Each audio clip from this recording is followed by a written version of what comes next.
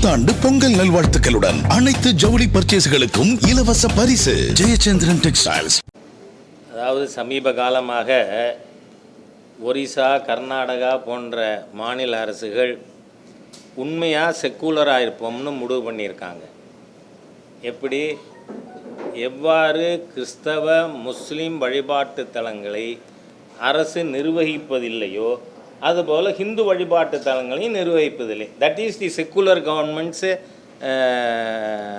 Property.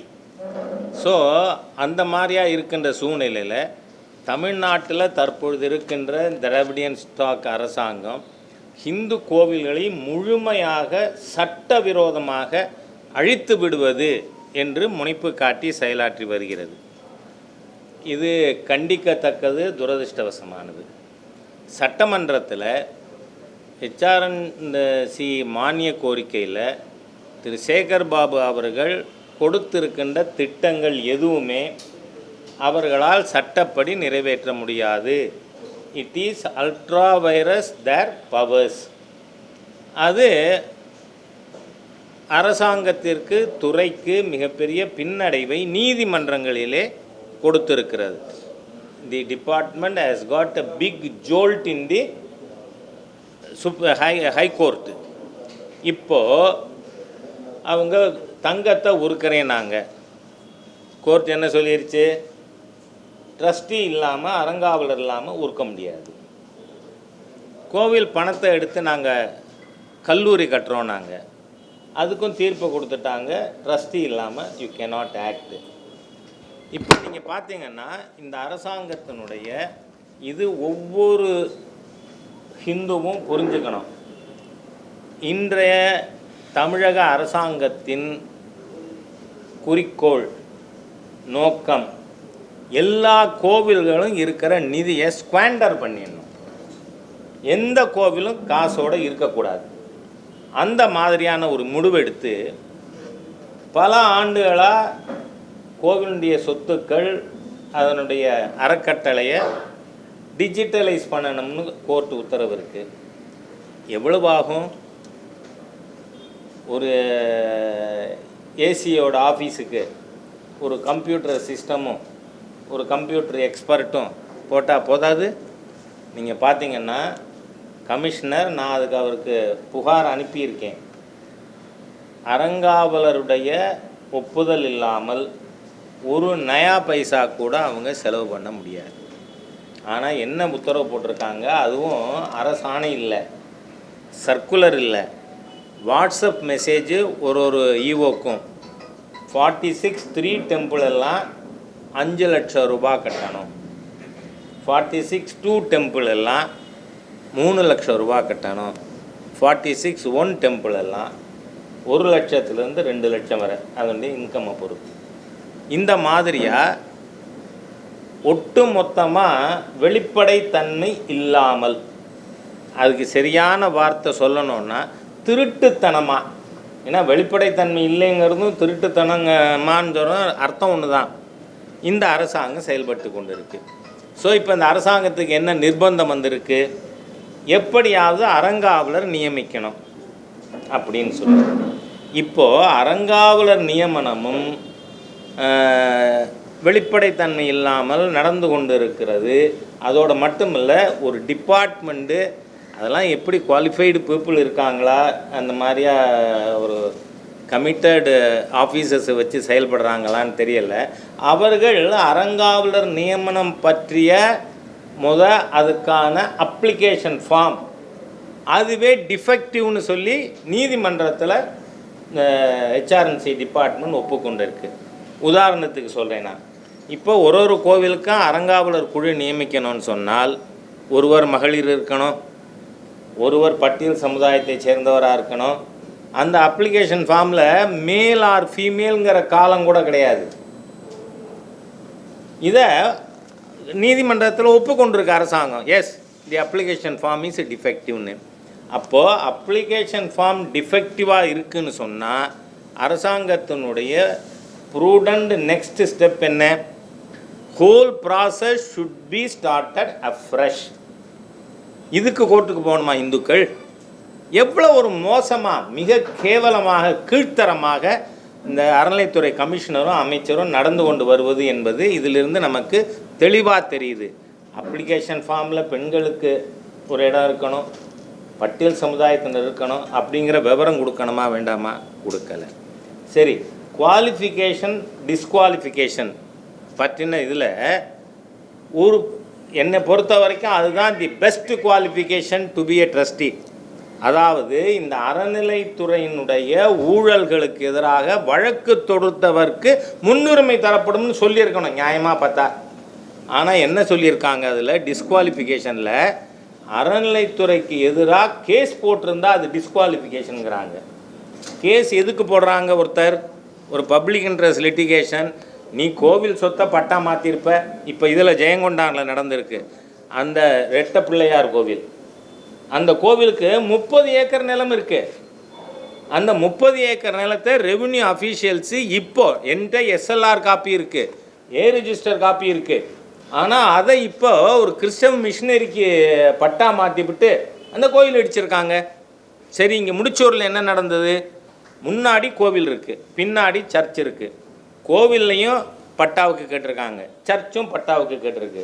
சர்ச்சுக்கு பட்டா கொடுத்துருக்காங்க, கோவிலுக்கு பட்டா கொடுக்காம அந்த ஆஞ்சநேயர் கோவிலை இடிக்க வராங்க. எதுக்கு? சர்ச்சுக்கு பாதைக்கு. இந்த அரசாங்கம் எவ்வளவு மோசமான ஹிந்து விரோதமாக ஒரு மிஷினரிகளின் கைக்கூலியாக இந்த அரசாங்கம் செயல்படுதுங்கிறதுக்கு முடிச்சூர் இஸ் அன் எக்ஸாம்பிள்.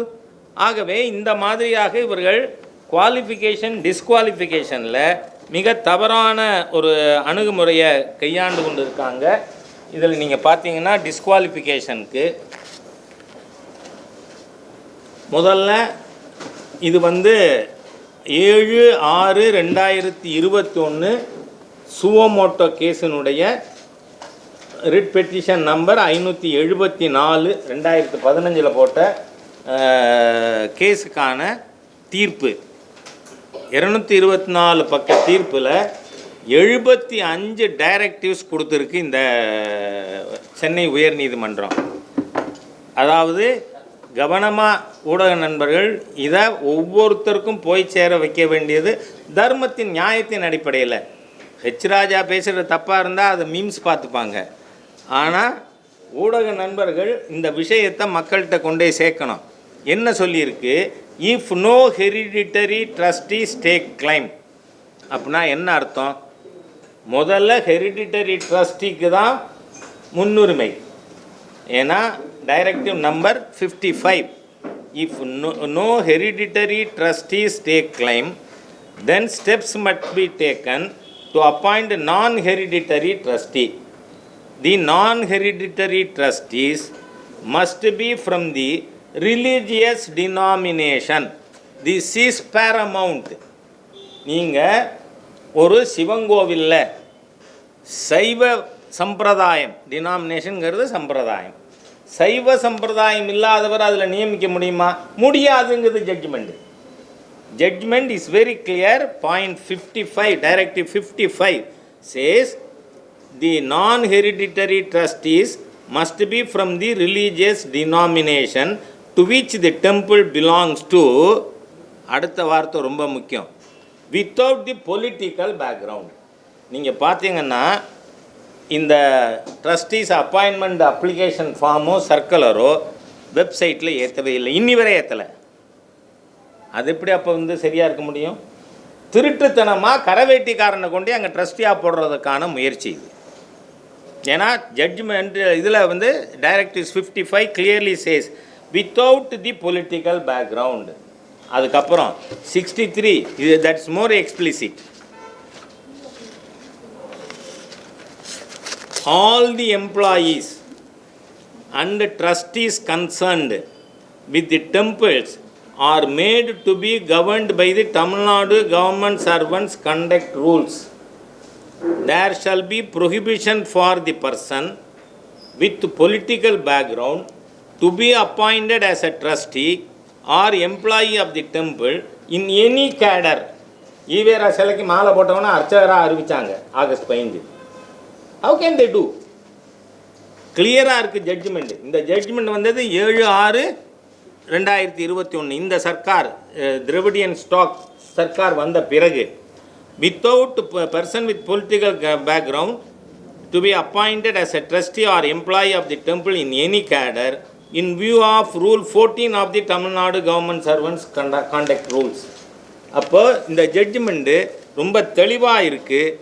அரசியல் பின்னணியில் இருப்பவர்கள் ட்ரஸ்டியாக இருக்க முடியாதுன்னு. ஆனால் எனக்கு ஃபோட்டோவே எடுத்து அனுப்புகிறாங்க. கரவேட்டி கட்டினவரெல்லாம் அங்கே உட்காந்து இதுக்கு ஃபார்ம் கொடுக்குறார். ஏன்னா ஃபார்ம் நோட்டிஃபை பண்ணலை, இதில் வந்து வெப்சைட்டில் அப்லோடு பண்ணலை. அப்லோடு பண்ணாமல் வந்து திருட்டுத்தனமாக கட்சிக்காரங்களுக்கு மாத்திரம் கொடுத்து ட்ரஸ்டி ஆக்குறது. எதுக்கு? ட்ரஸ்டி இல்லாமல் தே கேனாட் ஸ்பெண்டு. இப்போது கோவிலுடைய உபரி நிதியை என்ன பண்ணணும்? கோவில் உபரி நிதி கிளியராக இதுக்கு முன்னாடி ஜட்ஜ்மெண்ட்டு 12/2/2018 ஜட்ஜ்மெண்ட்டில் Madurai branch of Madras high court justice Mahadevan அவர்களோட ஜட்ஜ்மெண்ட்டு தெளிவாக இருக்குது. எக்ஸஸ் ஃபண்ட் இருந்தால் என்ன பண்ணணும்? மீன் மார்க்கெட் கட்டணுமா? என்ன அராஜகம்! கோவில் ஃபண்ட் எடுத்து இந்த வேலையே பார்க்காத அதிகாரிகளுக்கு 108 சொகுசு car. How can they do? Section 92 is very clear. HRNC Act 1959. Section 92 clearly says the commissioner can transfer only 14% of the income of that institution. அது வருமானம் 10,000 ரூபாய் இருந்தாலும் 1,400 தான் பண்ணணும். 10 லட்சமாக இருந்தாலும் 1,40,000 ரூபா. அதை தான் கன்சாலிடேட்டட் ஃபண்ட் ஆஃப் தி ஸ்டேட்டுக்கு. மீதியை தொட முடியாது. தொட்டால் அதிகாரம் இல்லாமல் ஒரு பணத்தை கை வைக்கிறதுக்கு பேர் என்ன? திருட்டு. அதானே? அதாவது இப்போ இன்றைக்கி என்ன நிலைமை? இதில் கவர்மெண்ட்டினுடைய HRNCE கவுன்சில் பக்கம் 154 அந்த ஜட்ஜ்மெண்டைய 504 judgement. Adding further, the learned special government pleader HRNCE stated that from the database so far collected for 40,695 temples, 6,414 temples are considered to be having damages. ஒன்று. அதுக்கு அடுத்து ஃபர்தராக 530 temples have been identified as partially dilapidated and 716 temples have been identified as severely dilapidated, and steps have been initiated to restore or renovate all 1,246 dilapidated temples. இந்த அரசாங்கம் வந்த அன்னிலேருந்து இன்னி வரை இந்த 8 மாதம் கிட்டத்தட்ட ஆகப்போகுது. இதில் ஒரு கோவிலாவது ரெனோவேட் பண்ணுறதுக்கு நடவடிக்கை எடுத்திருக்கா? அதுவும் இந்த ஜட்ஜ்மெண்ட்டில் தெளிவாக சொல்லியிருக்காங்க. இந்த 1000 ஆண்டுகளுக்கு மேல் இருக்கிற கோவில்கள் ஏஎஸ்ஐனுடைய சூப்பர்விஷனில் HRNCE ஷுட் ரினோவேட். எதுவும் செய்யலை. ஆனால் இதை வந்து ரினோவேட் பண்ண போகிறோன்னு அஃபிடவிட் கொடுத்துருக்கு. ரினோவேட் பண்ணுறதுக்கு பதிலாக மயிலாப்பூரில் கபாலீஸ்வரர் கோயிலில் கையில் இருக்கிற பணம், if my informations are correct, around 80 crores. அதில் காலேஜ் கட்டுவீங்களா குளத்தூரில்? அது எதுக்கு யூஸ் பண்ணணும்? இந்த டைலாபிட்டட் டெம்பிள் ஷுட் பி ரினோவேட்டட். அதுக்காக சமீபத்தில் மத்திய உள்துறை அமைச்சர் அவர்களை டிசம்பர் 7 நேரில் சந்தித்து இதை செயல்படுத்துறதுக்கு மத்திய அரசாங்கம் வந்து நடவடிக்கை எடுக்கணும்னு கேட்டிருக்கேன். அதே மாதிரி அது மட்டும் இல்லை, மாநில அரசாங்கத்திற்கும் ஹிந்துக்களுக்கும் சொல்கிறேன், ஹிந்துக்கள் அனாதைகள் அல்ல. ஏன்னு சொன்னால் வந்து செப்பரேஷன் ஆஃப் பவர்ஸில் 3 விதமான பவர் இருக்குது. ஒன்று சென்ட்ரல் லிஸ்ட், மத்திய அரசாங்கம் மட்டும்தான் அதில் சட்டம் இயற்ற முடியும். 2வது ஸ்டேட் லிஸ்ட், மாநில அரசாங்கம் மட்டும்தான் சட்டம் இயற்ற முடியும். 3வது லிஸ்ட்டு கன்கரண்ட் லிஸ்ட்டு, மத்திய அரசும் மாநில அரசும் சட்டம் இயற்றலாம். அதில் constitutional position is clear. In case of collusion between the state act and central act, centers act shall prevail. அதனால் பொதுப்பட்டியல் ஐட்டம் நம்பர் 18 வந்து temples and trust comes under concurrent list. நீங்கள் கொஞ்சம் கூட இதில் கொடுத்துருக்கிறது 1246 கோவில் முழுமையாக அழிஞ்சு போயிருக்கு. நீங்கள் மயிலாப்பூரில் வந்து கபாலி கோவிலில் எக்ஸஸ் ஃபண்டு இருந்தால் இதை சரி பண்ண தானே இதுங்கணும். சரி, 6416 கோவில், 3 மாதத்தில் 6416 கோவிலையும் என்னால் சரி பண்ண முடியும். ஹிந்து சமுதாயம், உலகம் முழுக்க இருக்கிற ஹிந்து சமுதாயம் ரெடியாக இருக்குது. They are prepared to do. ஆனால் அதுக்கு அனுமதி கொடுக்கறதுக்கு லஞ்சம் கேட்குறாங்க. ஏன்னா நான் டேட்டோட பிளேஸோட சொல்ல முடியும். என்ன, நம்ம கும்பகோணம் பக்கம் ரெட்டக்குடி இவரோட தானே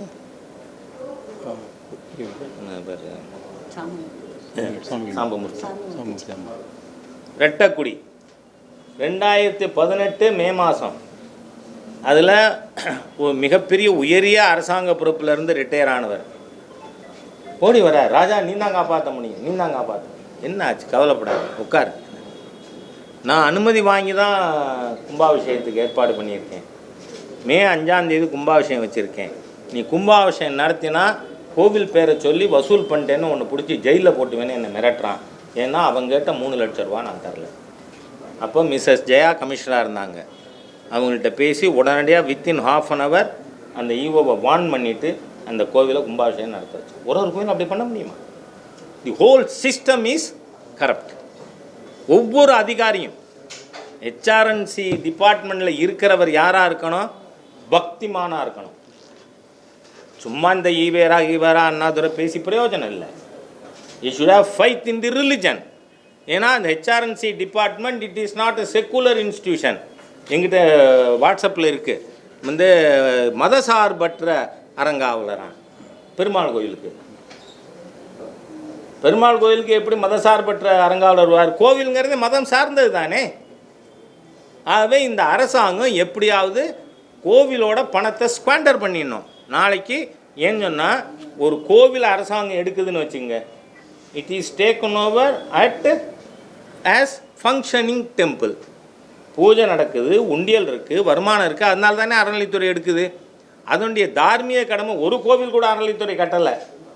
ஆனால் அந்த எடுத்த கோவிலை இடிஞ்சு போக எப்படி அனுமதிக்கலாம்? they are building up a good case for knocking out the HRNC department from temples. Let them do. ஆனால் இந்த மாதிரியாக அறங்காவலர் நியமனத்தில் ஒரு கரை வெட்டி கட்டினவங்க கூட இருக்கக்கூடாது. நான் சொல்லலை, ஹைகோர்ட் சொல்லு. பொலிட்டிக்கல் பேக்ரவுண்ட் இருக்கிறவனையும் இருக்கக்கூடாது. தெய்வ பக்தி உள்ளவர் மட்டும்தான் இருக்க முடியும். அதனால் அரசாங்கம் நீங்கள் சும்மா don't take umbrage under your Dravidian stock. இன்றைக்கி ஹிந்துஸ் வந்து தே ஹேவ் பிகம் வோக்கல். ஒரு கேஸுக்கும் அது ஜுவல்லாக இருக்கட்டும், வந்து அர்ச்சகாஸாக இருக்கட்டும், காலேஜஸாக இருக்கட்டும், எல்லாத்துக்கும் ஸ்டே வாங்கினது தி கன்ஸ்ட்ரக்டிவ் மைனாரிட்டி அமங்ஸ் தி ஹிந்துஸ். அதனால் இந்த வந்து அரசாங்கம் ஹிந்து மதத்துக்கு விரோதமாக ஹிந்து கோவில்களை அழிக்கின்ற விதத்தில் செயல்படக்கூடாது. It should stop. Enough is enough என்று நான் கேட்டுக்கொள்கிறேன்.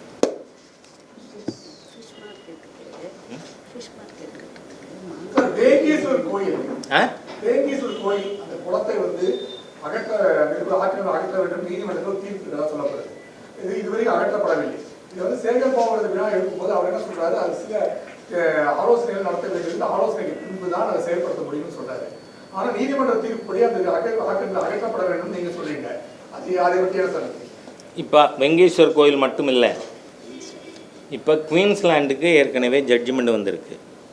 With a time frame 22 acre Queensland எடுத்து ஆக்கிரமிச்சிக்க. பக்கத்தில் சென்ட் ஜான் ஸ்கூல் 35 ஏக்கர் ஆக்கிரமிச்சிருக்கு.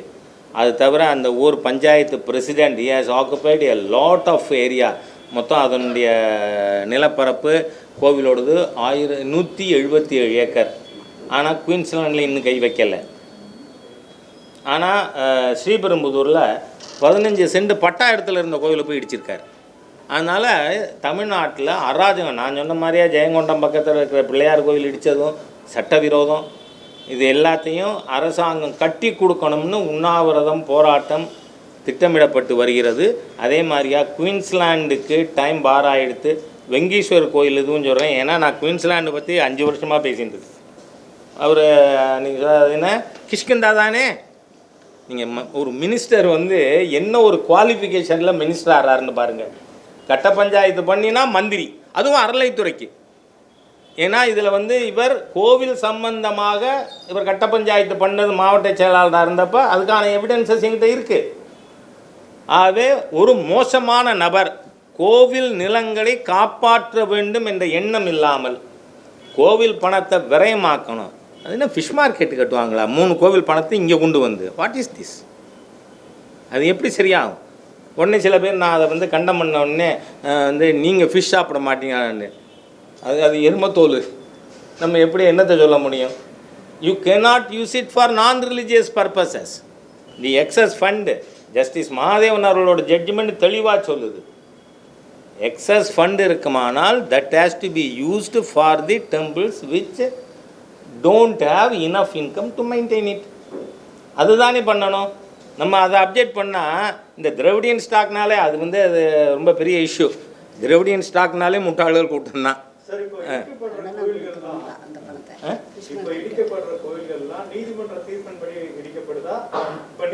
இல்லை இல்லை, ஒரு விஷயம் நான் சொல்கிறேன்.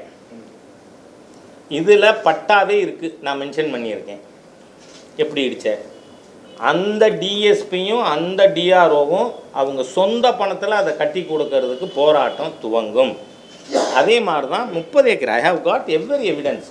30 ஏக்கருக்கு எஸ்எல்ஆர் காப்பியிலேருந்து வந்து ஏ ரிஜிஸ்டர் காப்பியிலேருந்து எல்லாம் இருக்குது. 30 ஏக்கர் கோவிலோடுது, நீங்கள் எப்படி மாற்ற முடியும்? அதோடு மட்டும் இல்லை, இந்த அரசாங்கம் வந்து அதிகாரிகள், அது கமிஷனராக இருக்கலாம், நாட்டினுடைய சட்டத்தினுடைய டெவலப்மெண்ட்ஸ் அதெல்லாம் அறிந்திருக்காங்களான்னு தெரியலை. ஏன்னா 1992 when Shri PV Narasimha Rao was the prime minister, எல்லா பிளேசஸ் ஆஃப் வர்ஷிப்பும் 1947 ஆகஸ்ட் 15 அன்னைக்கு இருந்ததுலேருந்து மாற்றம் இருக்கப்படாதுன்னு ஜட்ஜ்மெண்ட் இருக்கு. நீங்கள் ஹிந்து டெம்பிளை பொறுத்த வரைக்கும் கோவிலுங்கிறத அந்த கற்பகிரகமோ அர்த்த மண்டபமோ மட்டும் இல்லை, அதோட காம்பவுண்டுக்கு வெளியில் 15 அடி கூட கோவிலை சேர்ந்தது தான். ஏன்னா Hindu deities are living entities. வேறு எந்த ரிலீஜியஸ் காடுக்கும் there no right to hold property. அதனால் சொந்த இடத்துல இருக்கிறத எடுத்திருக்காங்க. ஒன்று சரி, கோவில் நிலத்தை ஆக்கிரமிச்சிருக்கிறது தீர்ப்பு வந்திருக்குல்ல. இந்த அரசாங்கம் உள்ளபடியே ஹிந்து சமய அறநிலைத்துறை டிபார்ட்மெண்ட்டாக இருந்தால் சேகர்பாபு அவர்களுக்கு ஸ்கின்னு திக்கா இல்லைன்னு சொன்னால் என்ன பண்ணணும்? முதல்ல குயின்ஸ்லாண்டை வக்கேட் பண்ணணும். கோவில் கோர்ட்டு தீர்ப்புங்கிறது கீழே நீங்கள் ஒளிஞ்சிக்காதீங்கிறேன் நான். நீங்கள் கோர்ட்டு, நான் இவ்வளோ படிச்சிருக்கேன், கோர்ட்டு தீர்ப்பை மதிக்கிற சர்க்கார் இல்லை இது. இப்போ இந்த கோர்ட்டுடைய ஆர்டரை வச்சே இல்லை, எல்லாமே. ஆமாம், நீங்கள் அதில் பார்த்தீங்கன்னா பல பேர் ஒன்று நான் ஹிந்துஸ் அதிகாரியாக இருக்காங்க, இல்லை கிரிப்டோஸாக இருக்காங்க. அதனால தே ஆர் டூயிங். நான் வந்து சார் கோர்ட்டு தீர்ப்பை தான் அவங்க குப்பையில் எரிஞ்சிருக்காங்கன்னு இவ்வளோ படிக்கிறேன். நீங்கள் no no no please, you don't be an advocate to an anti-Hindu government which is out to destroy Hindu temple. இல்லை, நான் சொல்லிட்டேன். இந்த அரசாங்கம் இருக்கும் பொழுது மக்கள் போராட்டம் மாத்திரமே தீர்ப்பு, கோர்ட்டு தீர்ப்பு இல்லை. ப்ளீஸ் நீங்கள் திருப்பி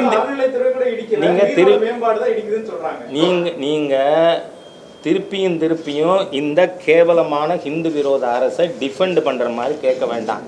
ஏன்னா இந்த அரசாங்கம் திட்டமிட்ட இல்லை, மக்கள் புரியறதுக்காக சொல்கிறேன். இந்த Dravidian stockist Stalin Sekar Babu combination இது ஹிந்து கோவில்களை அழிக்கிறதுக்காக தான் செயல்படுறாங்க. அதான் சொன்னேன் நான். பட்டா நான் கேட்குறேன், செத்து இருங்க.